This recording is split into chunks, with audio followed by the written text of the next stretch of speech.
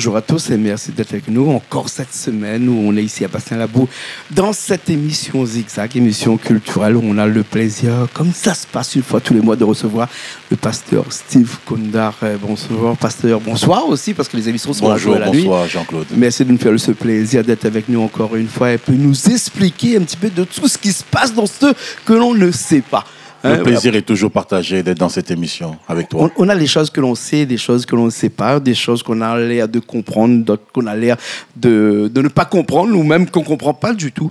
Aujourd'hui, on va parler un petit peu dans cette émission, en tout cas dans cette première partie d'émission, de la croix. De la croix de Jésus. La croix de Jésus. De cette croix-là. Et puis après, on va parler d'autres choses après. Mais moi, j'ai une question. Est-ce que cette croix-là est véritablement une croix avec un poteau et un linteau, comme on dit, ou une traverse, comme on dit? Est-ce que cette croix-là a vraiment cette forme-là? Oui, véritablement, oui. C'était en fait, les archives le montrent en fait, parce que la croix à l'époque, le châtiment de la croix, c'était un supplice romain. À l'époque, lorsque... C'est historique alors? Historique, oui. Historiquement, c'est prouvé. C'est dans les archives. Lorsqu'un voleur, en fait, était arrêté, le châtiment qui était réservé aux voleurs, aux brigands, aux bandits, c'était notamment ce supplice de la croix. Et Jésus, on l'a mis parmi les brigands, parmi les voleurs, parmi les bandits, alors qu'il n'a pas été voleur, il n'a pas été bandit, il n'a pas été brigand, simplement pour respecter la prophétie qui avait été donnée dans Ésaïe chapitre 53, au verset 8 à 10. La Bible dit qu'on mettra en fait parmi les brigands, parmi les bandits. Et Jésus a été crucifié parmi les bandits. Et la croix, vraiment, ça a vraiment existé véritablement. Maintenant, ça ne veut pas dire qu'il faut avoir chez soi forcément le symbole de la croix. Non. Pour nous, en tant que chrétiens, nous comprenons que la croix, c'est la crucifixion de Jésus il y a 2000 ans. Et par-dessus tout, au-delà de ça, de ce symbole, la croix pour nous, c'est le fait d'accepter de souffrir pour notre foi. Voilà, la foi, dans la Bible, est représentée par les épreuves, les difficultés, les combats qui sont relatifs à notre foi et notre appartenance à Jésus. D'accord. Pasteur, tu dis que c'était écrit que ça devait être comme ça. D'ailleurs, tu as une émission qui passe chez nous tous les jours et ça s'appelle C'est écrit. Il est écrit. Il est écrit. Ça veut dire que quelque part, quoi qu'il pourrait arriver, Jésus serait mort sur une croix, quoi qu'il en soit, c'était déjà prévu parce que Jésus devait être crucifié. Voilà. C'est sûr que la Bible ne dit pas forcément qu'il devait mourir sur une croix. La Bible dit simplement que Jésus devait être sacrifié parce que, en vérité, dans toutes les religions du monde, je dis bien quelles que soient les religions confondues, il y a toujours une notion de sacrifice. On sacrifie toujours des animaux et ces animaux qu'on sacrifie généralement sont des offrandes qu'on donne aux divinités. Et d'ailleurs, c'est la première offrande que nous voyons dans l'histoire de l'humanité. C'est la Bible en parle, notamment lorsque Adam et Ève ont péché. Dieu lui-même a tué un animal et avec cet animal, il a pris la peau de cet animal, il en a fait un vêtement dont il a recouvert Adam et Ève. C'était une manière d'expier leur péché. En attendant, en fait, le sacrifice ultime, le sacrifice parfait. Parce que l'animal qui avait été tué, malheureusement, cet animal, en fait, ne devait pas porter le péché de l'homme, puisque c'est l'homme qui avait péché, c'est l'homme qui devait réparer son péché. Mais Dieu montrait par là, pour que l'homme maintenant soit réhabilité dans sa communion avec Dieu, il faut qu'il y ait un sacrifice. Bien sûr. Et ce sacrifice-là, c'est arrivé aussi dans la religion juive avec Abraham. Bien sûr, avec Abraham qui voulait sacrifier son fils. Isaac. Justement, non, il n'a pas sacrifié. Il allait sacrifier son fils sur le mont Moridja. C'est une mise à l'épreuve quand même. Mise à l'épreuve. Genèse 22. En fait, c'était une préfiguration. L'histoire d'Abraham, en fait, c'est une histoire parallèle qui montre la relation spirituelle avec Dieu. Abraham est l'image du Père, c'est-à-dire Dieu est notre Père. Et Isaac est l'image du Fils, nous qui croyons en Dieu, qui avons foi en Dieu. Et lorsque Dieu demande à Abraham de sacrifier Isaac, c'est pour lui montrer en fait, les années plus tard, 4000 ans plus tard, c'est ce que Dieu lui-même allait accomplir, c'est sacrifier son Fils unique pour le salut des hommes, et ce sacrifice s'est opéré à la croix. Sur la croix. C'est pour ça que la croix est quelque chose qui est vraiment très important pour les chrétiens. Pour les chrétiens, c'est le symbole quand même de la sacrification. C'est la sacrificature. Voilà, le sacrifice de Jésus, c'est vraiment la base de la foi, puisque c'est la mort de Jésus. Et si la mort de Jésus n'a pas lieu, notre foi est vaine. Si j'ai foi au jour d'aujourd'hui, c'est parce que je crois que Jésus est mort et ressuscité. Mais pourquoi il est mort et ressuscité? D'ailleurs, on peut voir tous les prophètes, tous les philosophes, que ce soit Bouddha, Krishna, Shiva, peu importe, tous les messagers qui ont connu ce monde, le seul qui est mort et ressuscité, c'est Jésus lui-même. Et pourquoi il est mort et ressuscité? Il est mort par rapport au péché, ressuscité pour nous montrer en fait qu'après la mort, il y a une vie qui continue et cette vie, c'est auprès de Dieu au travers de lui. Bien sûr, je me pose toujours la question, pasteur, un petit peu quelquefois, quand je suis un petit peu mélancolique, pas tout le temps, juste pour savoir ça arrive, on a tous des coups de blues. Que si Jésus n'était pas mort sur la croix, il était mort de vieillesse par exemple, qu'est-ce qui serait passé? Est-ce qu'on aurait été là encore à croire à Jésus? Non, il aurait été un homme ordinaire. D'ailleurs, c'est ce qui fait de Jésus un personnage extraordinaire, ce qui fait de Jésus un personnage singulier, ce qui fait de Jésus un personnage différent de tous les personnages, de tous les messagers. La preuve, dans l'islam, moi j'étais musulman, je m'étais converti à l'islam de l'âge de 15 ans jusqu'à 19 ans. J'étais catholique puisque mes parents étaient catholiques, j'étais catholique de naissance jusqu'à l'âge de 12 ans où voilà, je commence à voir les choses un peu différemment. Et c'est là où on voit cette singularité, cette différence, c'est que si Jésus avait vécu comme un simple homme, il se marie, il a des enfants et il meurt, il diffère dans rien d'un simple homme.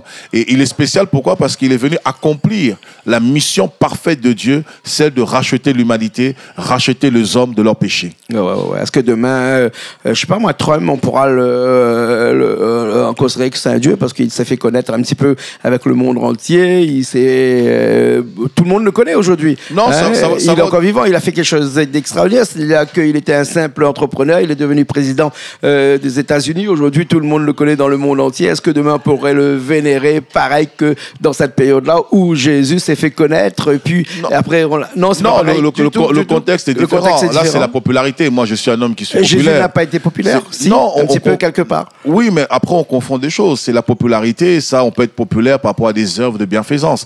On peut être populaire par rapport à son talent, par rapport à son don, en étant footballeur, ce qu'on peut faire ici et là. Mais là, ce dont on parle pas simplement de la popularité.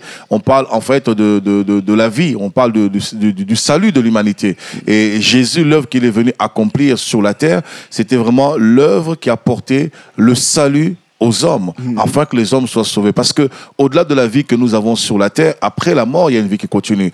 Et cette vie qui continue après la mort, on est face à deux choix. C'est-à-dire, soit malheureusement, on se dirige vers une voie sans Dieu que la Bible appelle l'enfer, ou soit on se dirige avec Dieu, ce que la Bible appelle le paradis. Et ce paradis, pour l'atteindre, il y a un pont. Et Jésus est le pont entre les hommes et Dieu pour pouvoir accéder au ciel. On va parler tout à l'heure de ce pont-là parce que je pense que c'est un sujet intéressant. Mais avec avant, joie. Je voulais parler d'une expression française qui dit que on porte sa croix parce qu'à chaque fois qu'il y a des problèmes, à chaque fois qu'on a des soucis, on dit on a un Dieu labeur, on porte sa croix quand même quelque part. C'est vraiment ce porter de croix que Jésus a fait depuis le bar avec Pilate jusqu'en haut. Il a porté toute sa croix et toute cette souffrance là. C'est ça qu'aujourd'hui on a un petit peu quand on ressent notre douleur, notre malheur, notre mal-être, et qu'on se dit qu'on porte notre croix aussi quelque part, comme ça. Oui, bien sûr, on peut aussi le symboliser ainsi. Aujourd'hui, les hommes ont normalisé cela, mais c'est une expression qui est d'abord biblique. D'ailleurs, la plupart des expressions, même les plus grands savants que nous connaissons, les plus grands philosophes savants que nous connaissons, des gens comme Sartre, des gens comme Blaise Pascal, des gens comme Bloom, Léon Blum, bref, je peux en citer tellement énormément. Ce sont des personnes, en fait, qui sont inspirées de la Bible. Un des plus grands savants du monde, un des plus grands philosophes du monde, c'est Salomon, qui est notifié notamment dans la Bible. Et si je pousse encore la réflexion plus loin, oui, aujourd'hui, on a normalisé cette expression parce que la croix fait allusion à la souffrance, les épreuves, les difficultés qu'on traverse dans la vie. D'ailleurs, Jésus lui-même, dans Luc chapitre 9, verset 23, il dit, si quelqu'un veut me suivre, qu'il renonce à lui-même et qu'il se charge de sa croix. Ça veut dire quoi? Qu'il accepte les épreuves, les combats, les difficultés qui sont rattachées à sa foi, à son appartenance envers moi. Oui. Parce que croire en Jésus, c'est une bonne chose, mais il faut accepter aussi de passer par le chemin par lequel il est passé. Maintenant, Jésus, Dieu, ne nous demande pas de faire des chemins de croix, s'auto-flageoler, se mutiler, souffrir inutilement, bêtement. Non, la croix, c'est vraiment des épreuves qui surviennent dans nos vies, indépendamment de notre volonté. Voilà, pas aller chercher à se souffrir inutilement pour avoir l'impression de se rapprocher de Dieu ou de porter supporter une forme de souffrance quelconque. D'accord. Est-ce que vous pensez, pasteur, parce que quand on parle de cette question, porter sa croix, c'est-à-dire que porter la souffrance de Jésus, et avec des gens qui portent la croix en bandoulière ou dans le cou, est-ce que là aussi c'est un signe d'appartenance religieuse ou ostentatoire? Après, c'est des gens qui veulent avoir une marque ostentatoire, mais c'est pas ça qui nous rapproche de Dieu. Ce n'est pas un objet, ce n'est pas un tissu, ce n'est pas un vêtement qui nous rapproche de Dieu. Ce qui nous rapproche de Dieu, c'est vous, hein, donc, non, parce que j'ai pas besoin. La foi, j'estime en fait déjà ma foi, c'est au-dedans de moi. Après, elle se manifeste par ma nature, par mes actes, par mes fruits, par mon langage, mon caractère, mon comportement. Et après, j'ai pas forcément besoin d'avoir un signe ostentatoire pour montrer que moi, j'appartiens à Jésus. Ma vie, déjà, est un signe ostentatoire. Bien sûr, bien sûr. Hein. Ma personne. Bien sûr. Pasteur, si vous voulez, on arrive dans une deuxième partie de cette émission-là. On a parlé de la croix tout à l'heure, on a parlé de cette croyance à la croix, de cette douleur-là. Mais dans la vie de tous les jours, vous avez parlé tout à l'heure aussi d'un pont,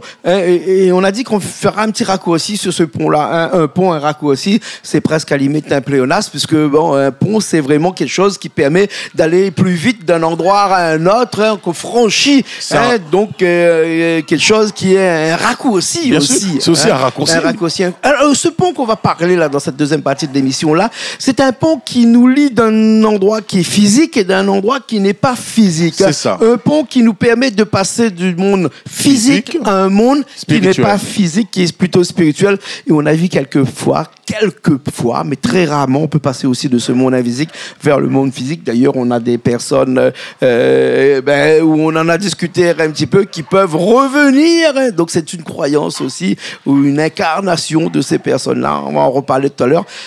Mais comment se fait-il que ce pont-là existe, qu'on n'est pas au courant de ce pont-là qui existe entre ce monde vivant et ce monde spirituel, et qu'on ne va pas le chercher, presque à la limite qu'on ne va même pas le construire? Comment ça se fait qu'aujourd'hui, on n'a pas encore trouvé le moyen de construire ce pont-là? Déjà, ce pont, il est spirituel. Il serait difficile de le construire physiquement, humainement parlant. Je ne parle pas physiquement, bien entendu, hein, il va de soi. Mais physiquement, ça... En fait, le monde physique est parallèle au monde spirituel. Le monde physique, en fait, nous relate simplement et l'expression de ce qui est spirituel. Et de la même manière que physiquement, nous avons des ponts qui nous permettent de passer entre deux rives. Voilà, de rive gauche à rive droite. Ça, c'est physique. Voilà, ça, c'est physique. Mais c'est important parce que pour comprendre le spirituel, il faut comprendre le physique. Parce que le physique n'est que l'expression de ce qui est spirituel. Un exemple, Jean-Claude, avant de te marier, par exemple, tu conçois d'abord le mariage dans ta pensée. Ça reste abstrait, ça reste spirituel, d'accord ? La pensée. Et avant de faire quoi que ce soit, nous pensons d'abord et nous réalisons. Donc, ce que nous réalisons n'est que le résultat ou la conséquence de ce que nous avons pensé dans notre esprit. D'où la Bible dit, l'esprit, ce qui est spirituel, est supérieur à ce qui est physique. Donc, je parlais de deux rives, rive gauche, rive droite. Donc, ce pont, à la fois, c'est un raccourci. Pourquoi ? Parce que s'il n'y a pas de pont, il faut qu'on contourne énormément pour arriver à l'autre rive où éventuellement on se retrouve bloqué. Voilà. Et quand il y a le pont, on peut aller aussi plus rapidement. Au lieu de contourner, on gagne du temps. Donc, c'est un raccourci et en même temps, on gagne du temps. Et ce pont, il est spirituel parce que l'homme est sorti de Dieu. Et du fait que l'homme a brisé sa relation avec Dieu, et cette relation qui a été rompue, il fallait restaurer cette relation entre Dieu et l'homme. Ça veut dire Dieu se retrouve sur la rive gauche et l'homme se retrouve sur la rive droite. Et le problème entre l'homme et Dieu, il n'y a plus de fréquence. Il n'y a plus de fréquence radio. Il n'y a plus d'émission. Pourquoi ?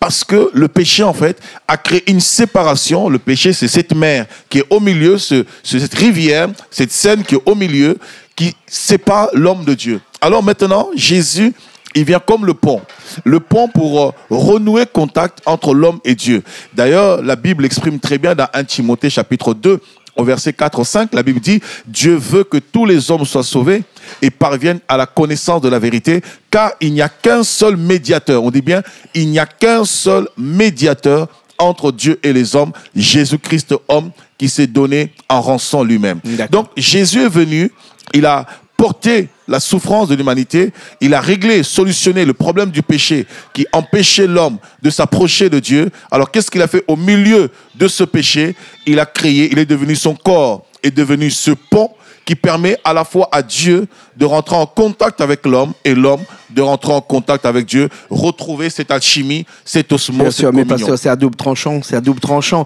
Puisque Alors, ce tranchant. pont-là, hein, ben, Dieu peut venir chez le physique, le physique peut aller vers ce côté Le spirituel. mais il y a aussi le mal qui peut traverser ce pont-là. Alors ça, le mal l'a toujours fait, puisque à partir du moment où l'homme s'est détourné de Dieu, il est devenu esclave du mal. Donc, Parce que quand on fait un pont, ben, tout le monde peut passer. Non, ce pont-là... Alors, regarde les virus qui sont dans nos ordinateurs. Non, le contexte est différent. Je suis entièrement d'accord. Le contexte est complètement différent. Lorsque j'image cela, oui, c'est pour montrer, en fait, pour faire un relief, un parallèle. D'accord? Mais sauf que Jésus lui-même a dit, Jésus a dit dans Jean 14, 6, je suis le chemin, la vérité et la vie. Il dit bien, nul ne va au Père sans passer par moi. Dans Jean chapitre 14, verset 6. Oui. Ce qui veut dire, et comme Jésus lui-même, lui seul, est en fait le seul médiateur entre Dieu et les hommes, c'est-à-dire ça devient une situation sine qua non, rédhibitoire. Ça veut dire, si on refuse le pont qui est Jésus, on ne peut Condition pas atteindre latin, Dieu. Une expression latin qui veut dire que c'est comme ça et ça ne peut pas être différent. C'est pas autre chose. Comme je dis souvent, voilà, on ne refait pas la roue. Voilà. Donc, c'est soit passer par là, soit on ne passe pas par Exactement. là. Maintenant, qu'est-ce qui fait que nous avons des gens, par exemple, qui voient leurs entités, qui voient leur famille, leurs oncles décédés revenir à la vie. Qui fait bouger les tables, par exemple. Alors, je vous donne un exemple, Jean-Claude.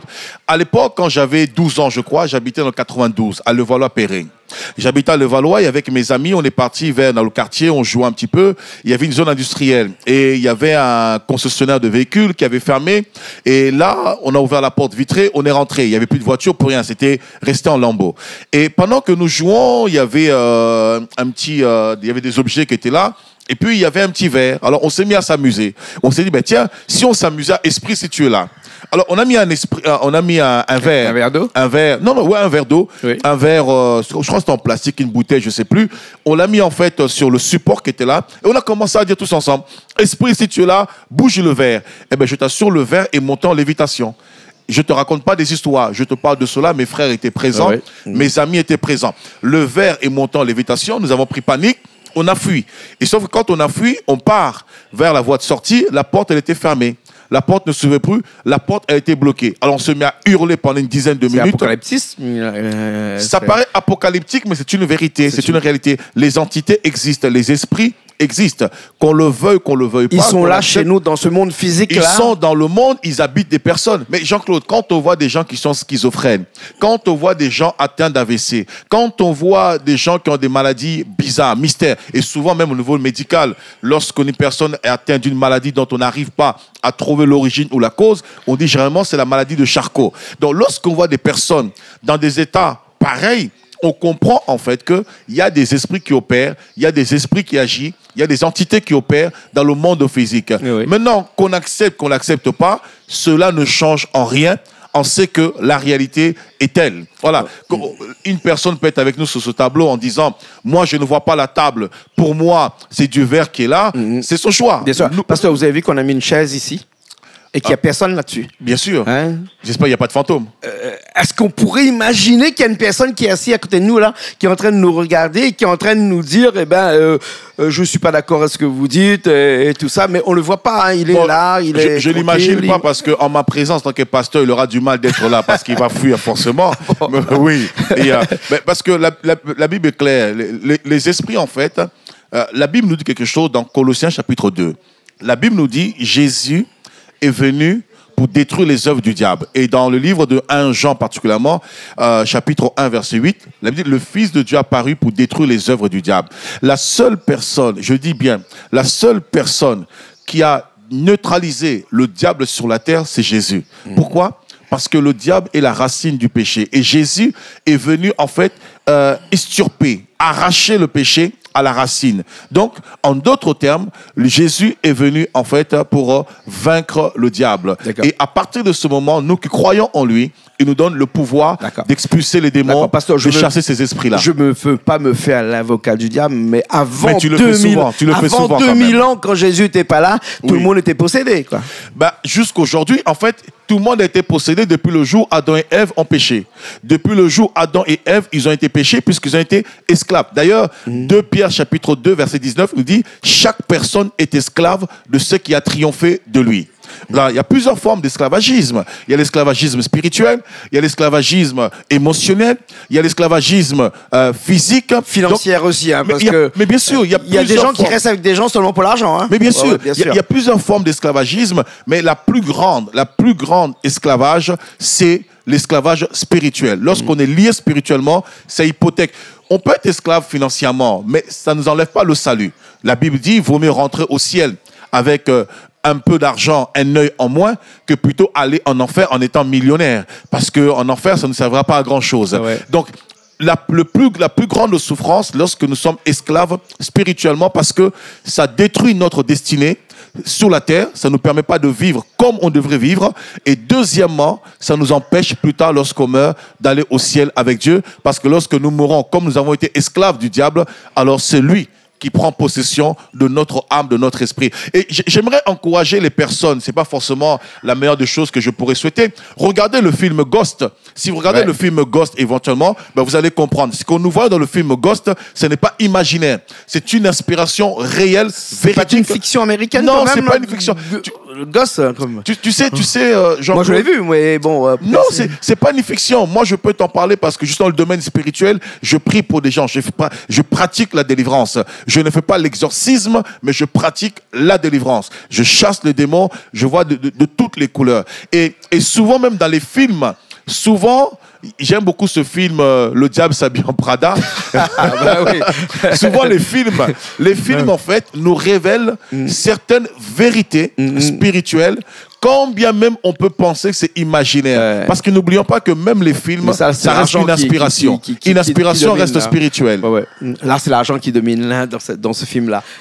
Mais entre nous, pasteur, nous qui sommes là sur Terre aujourd'hui, qu'est-ce qu'il faudrait que, pour sauver notre âme, qu'est-ce qu'il faudrait qu'on fasse de plus là, pour finir cette émission? Pour sauver notre âme, il n'y a pas 1000 solutions. En vérité, l'homme se bat pour quoi? L'homme se bat pour être en paix. Pourquoi être en paix? C'est au niveau de l'âme. Parce que le péché vient en fait titiller l'âme. Le péché en fait enlève la paix au niveau de l'âme. Pourquoi l'homme se bat pour être beau? Pourquoi l'homme se bat pour plaire? Pourquoi l'homme se bat pour être riche? Pourquoi l'homme se bat pour gagner ce monde? Pourquoi l'homme se bat pour faire du sport? Pourquoi l'homme se bat pour faire toutes sortes d'exercices? Parce qu'en vérité, il y a une quête de satisfaction. Et cette satisfaction ne peut pas être comblée par le matériel, puisque l'âme n'est pas matérielle, l'âme est immatérielle sur le côté spirituel de l'homme. Et l'âme, selon la Bible, c'est le siège des émotions. Dans les émotions, il y a les sentiments et ainsi de suite. Donc, la seule façon pour avoir la paix de l'âme, Jésus dit ceci: je vous donne ma paix telle que le monde ne peut vous la donner. La paix de l'âme, c'est quoi? C'est lorsque l'homme rentre en contact avec Dieu, l'homme renoue avec son Créateur, c'est alors que l'homme maintenant retrouve la paix de l'âme, parce que cette paix se manifeste par la réconciliation avec son Créateur. C'est comme si, lorsque dans le couple, par exemple, ça ne va pas avec ton épouse, tu n'es pas tranquille, tu n'es pas à l'aise, parce qu'il y a quelque chose qui a été brisé. Et la seule façon de retrouver la paix au sein du couple, c'est de restaurer ou de réparer ce qui a été brisé. C'est la même chose. Et l'homme a péché vis-à-vis de Dieu. Et la seule façon de retrouver la paix, la communion et la paix de l'âme, la communion avec Dieu, c'est de restaurer cette communion qui a été brisée. Et Dieu, sachant que l'homme par lui-même, il est incapable de restaurer cette communion, alors Dieu a apporté une solution à l'homme. Cette solution, c'est Jésus-Christ. Voilà pourquoi la Bible dit: Dieu a tant aimé le monde qu'il a envoyé son Fils unique, Jésus-Christ, afin que quiconque croit en lui ne périsse point, mais qu'il ait la vie éternelle. Il dit bien quiconque. Ce n'est pas une obligation, même si moi je le considère ainsi. C'est un choix de notre libre arbitre, mais la volonté de Dieu, c'est que chacun reçoive Jésus afin de recevoir la vie et la paix de l'âme. D'accord. Merci beaucoup, pasteur. Merci, Jean-Claude. C'est un grand plaisir. Merci. On se retrouve le mois prochain, mais toutes les semaines, on peut te retrouver aussi sur Canal Austral. Effectivement, Dans une émission qui s'appelle, cette semaine, qui s'appelle Porter sa croix, mais qui Il est écrit. Il est écrit. Une émission, elle est écrite de 15 minutes où j'aborde plusieurs sujets, notamment par rapport à la parole, par rapport à la vie, par rapport à la spiritualité, par rapport à la sorcellerie, par rapport aux réalités qui nous entourent et faire aussi ce parallèle entre le monde spirituel et le monde physique afin que chacun puisse s'y retrouver. À retrouver chaque semaine sur Canal Austral, bien sûr. Merci, la pasteur. Télévision que vous aimez tant. Merci beaucoup. Merci. Merci à Richard qui était à la technique aujourd'hui. Merci à tout le monde qui était là avec nous. Nous, on se retrouve la semaine prochaine dans une nouvelle émission Zigzag, que ce soit culturelle, religieuse, sportive ou musicale. On ne sait jamais. Nous, on se retrouve en tout cas la semaine prochaine dans une nouvelle émission. Merci à vous.